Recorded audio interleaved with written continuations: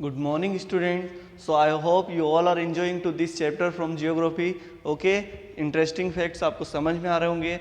So as we have been discussed about the internal forces which act inside of the earth, and due to them what kind of activities or we can say results we saw on our earth. What were they? कौन से थे वे? आपने पढ़े like volcanic eruptions and formation of mountains and hills and earthquakes. Okay, ये वो results थे या ये वो एक्टिविटीज़ थी जो हमने देखी कि अर्थ के जो इंटरनल फोर्सेस हैं या टेक्टोनिक मूवमेंट जो होते हैं उनकी वजह से जो हमने देखे कि क्या क्या जो है फॉर्मेशन अर्थ पर हो जाते हैं. But now in today's video we are going to learn about the forces which acts on the outer side of the earth. Okay, कि अर्थ की आउटर साइड पर यानी ऊपरी सतह पर कौन से फोर्सेस काम करते हैं. Okay, so they are basically air, water, ice. Okay, so in what manner they perform different kinds of activities on the outside of the earth. Okay, or we can say on the topmost layer of the earth. Okay, which is crust. Okay, so here student, before reading about that forces which acts on the outside of the earth, we are going to read about the degradation and aggradation. What are the meaning of these two terms, degradation and aggradation? Let's read the para to get the answer. The surface of the earth is continuously undergoing changes. Yes sir, ये starting line था हमारे chapter का. I hope in the first para कि earth की जो surface है वो continuously बदल रही है, उसमें चेंजेस चल रहे हैं, कंटिन्यूस वे में. रनिंग वाटर यानी बहता हुआ पानी, मूविंग आइस, ओके, खिसकती हुई बर्फ यानी बर्फ आइस जो होती है उसमें भी मूवमेंट होते हैं. विंड एंड वेव्स यानी लहरें और हवा, या यूँ बोलिए हवा और लहरें समुद्र के पानी की या नदी के पानी की, are the agents of gradation. ये ग्रेडेशन के एजेंट है. ये वो फोर्सेस है जिनकी वजह से ग्रेडेशन होता है ना. ग्रेडेशन मीन्स किसी पर्टिकुलर प्लेस पर पीसेस ऑफ रॉक्स का जो है जमा होना या वहाँ से हटना. Okay, so now this gradation which constantly wear down the land surface and carry the broken fragments which are deposited in low lying areas.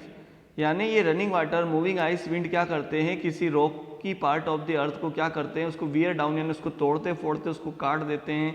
Okay, और उसके जो फ्रेगमेंट यानी टूटे हुए ब्रोकन फ्रेगमेंट यानी टूटे हुए हिस्से हैं उनको कहीं और ले जाकर डिपॉजिट यानी जमा कर देते हैं.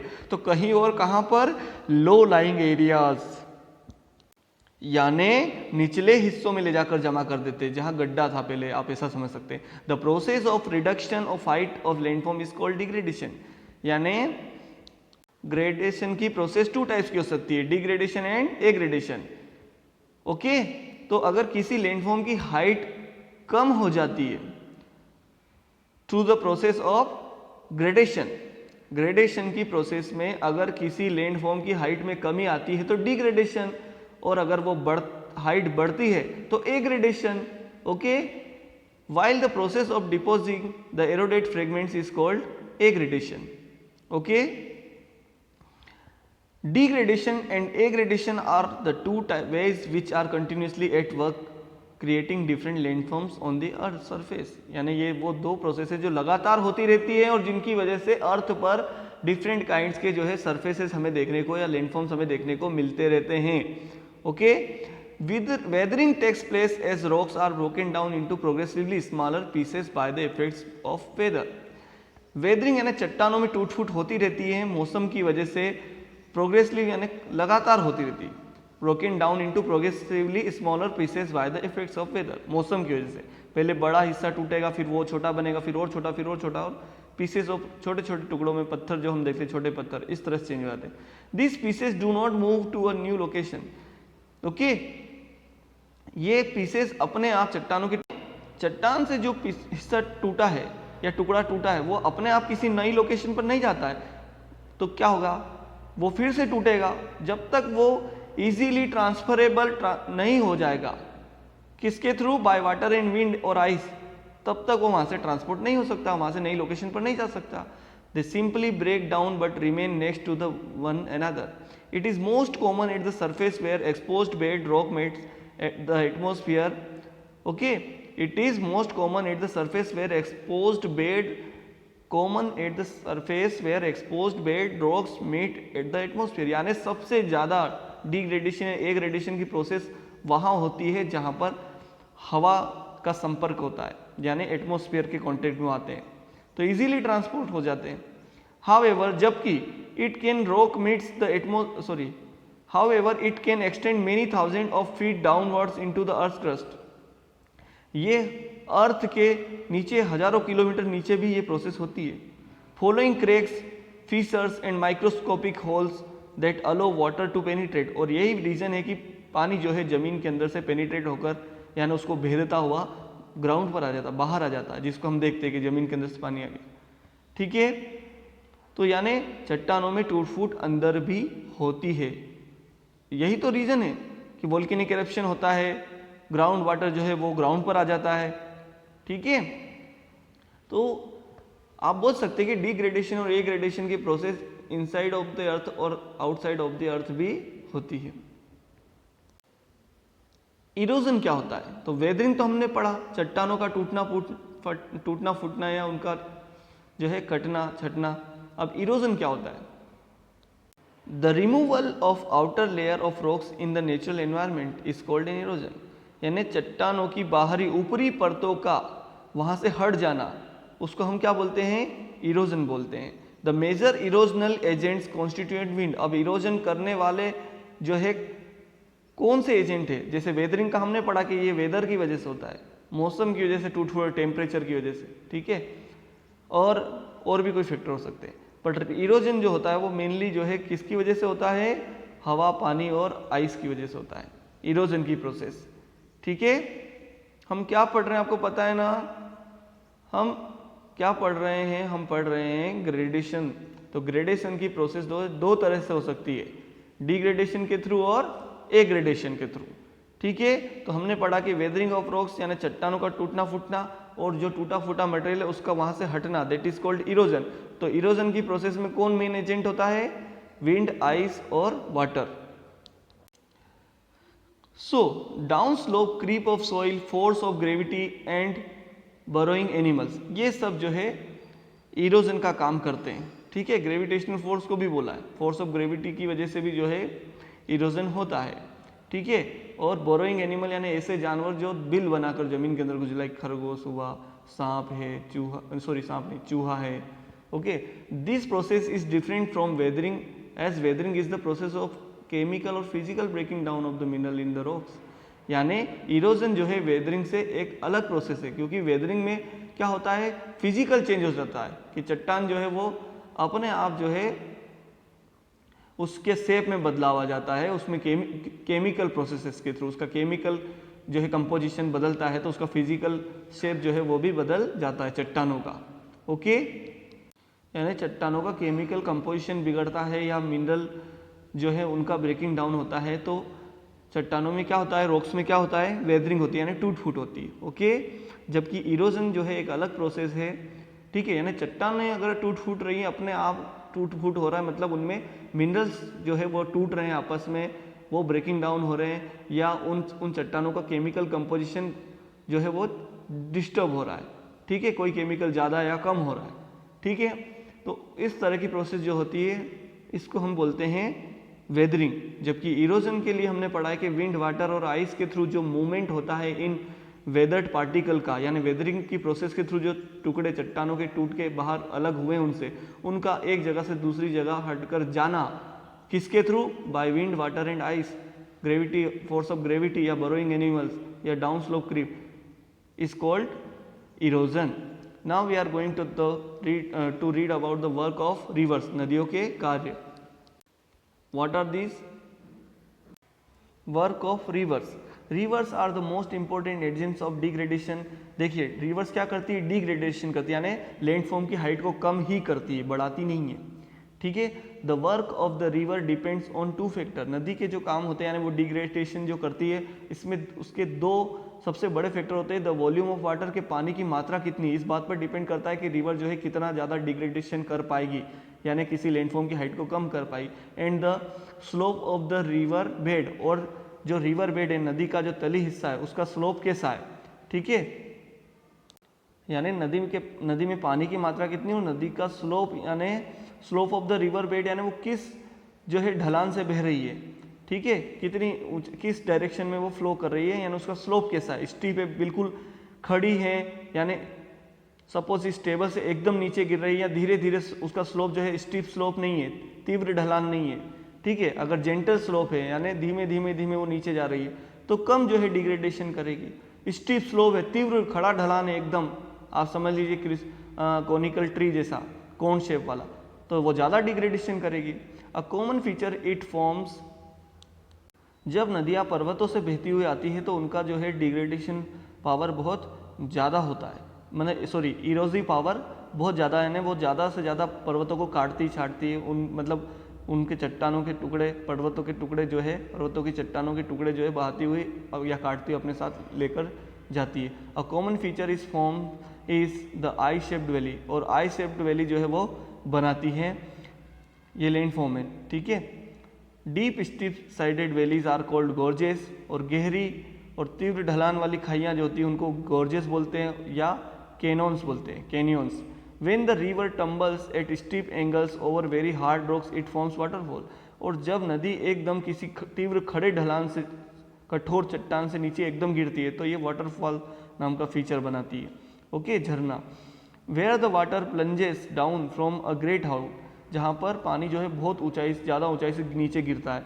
Waterfall have great value, waterfalls की जो है हमारे लिए बहुत ज़्यादा जो है उसका इम्पोर्टेंस है, महत्व है। Okay, as they help in generating hydro electricity, क्योंकि हम उनसे बिजली बना सकते हैं, पन बिजली या पानी से मिलने वाली जो है बिजली बना सकते हैं। As the river enters the plains, अब जब ये रिवर माउंटेन एरिया से बहती हुई जब ये प्लेन यानी मैदानी भागों में बहती है, आ जाती है, यानी निचले क्षेत्रों में आ जाती है, ऐसे एरियाज में आ जाती है जो बिल्कुल फ्लैट होते हैं, आपके घर के फ्लोर जैसे होते हैं, तो उस एरिया में आती है तो ये क्या करती है, कर्व्स यानी इट फॉर्म्स कर्व्स, ये कर्व बनाती है।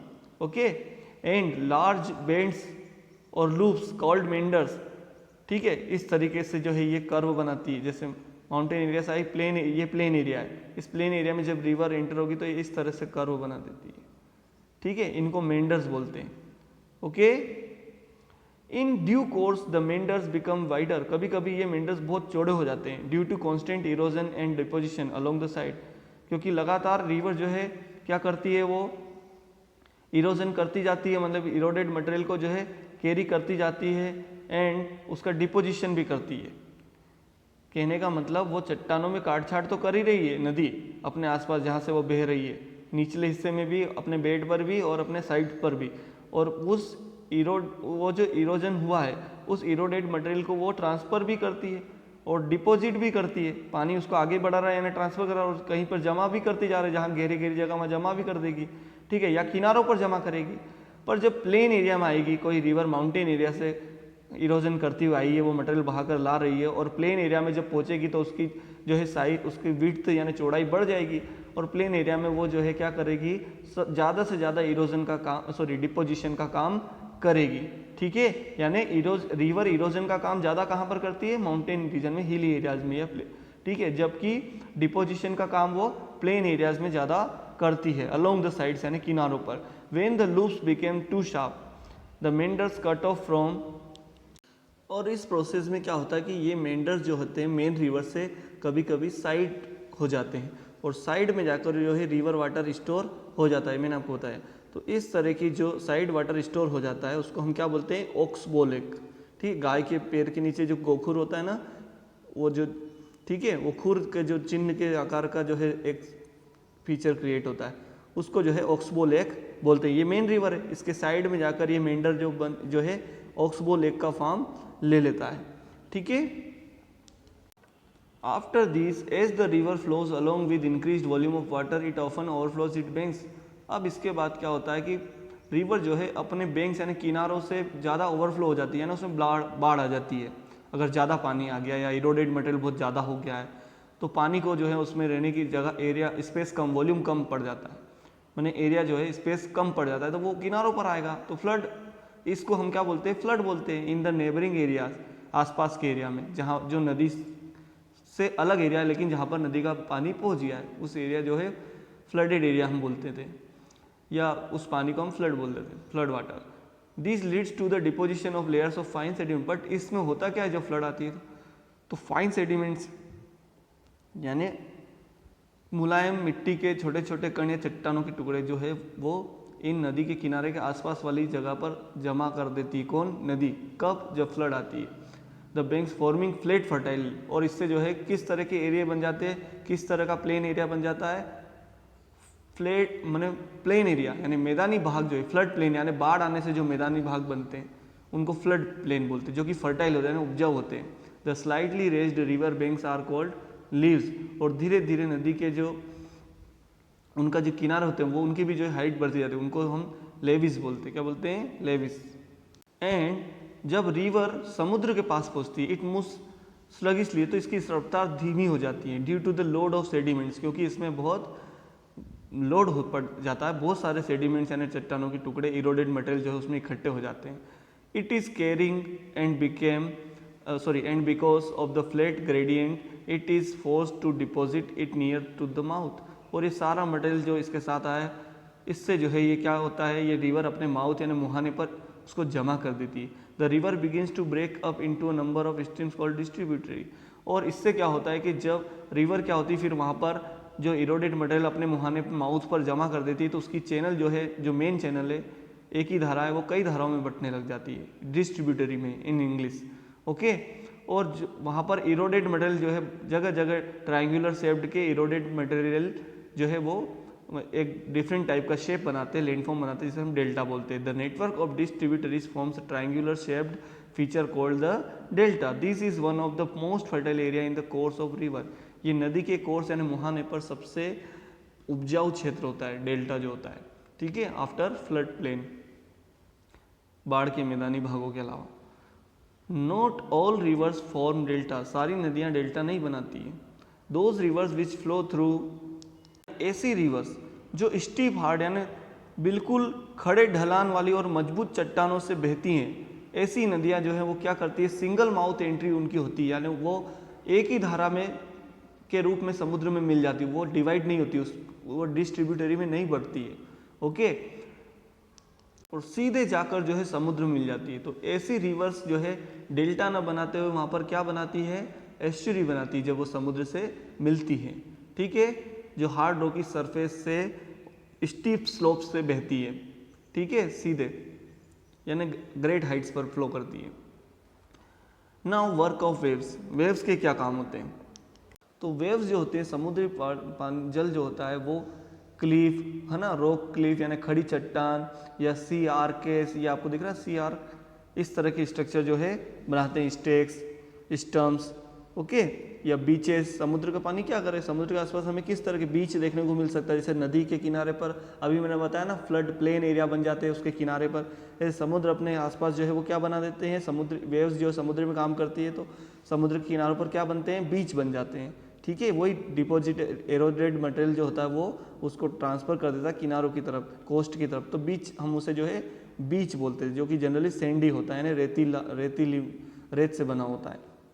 Here you are reading work of waves can be seen in the coastal area, यानी समुद्र के तटीय इलाकों में, यानी in coastal areas you can see the work of sea waves, okay, so in areas where the waves strike the rocky coast, यानी वो areas जहाँ पर चट्टानों से समुद्र की लहरें टकराती हैं, an almost vertical wall of rock is form, तो एक खड़ी दीवार बन जाती है चट्टानों की, by the erosive action of waves, इन चट्टानों के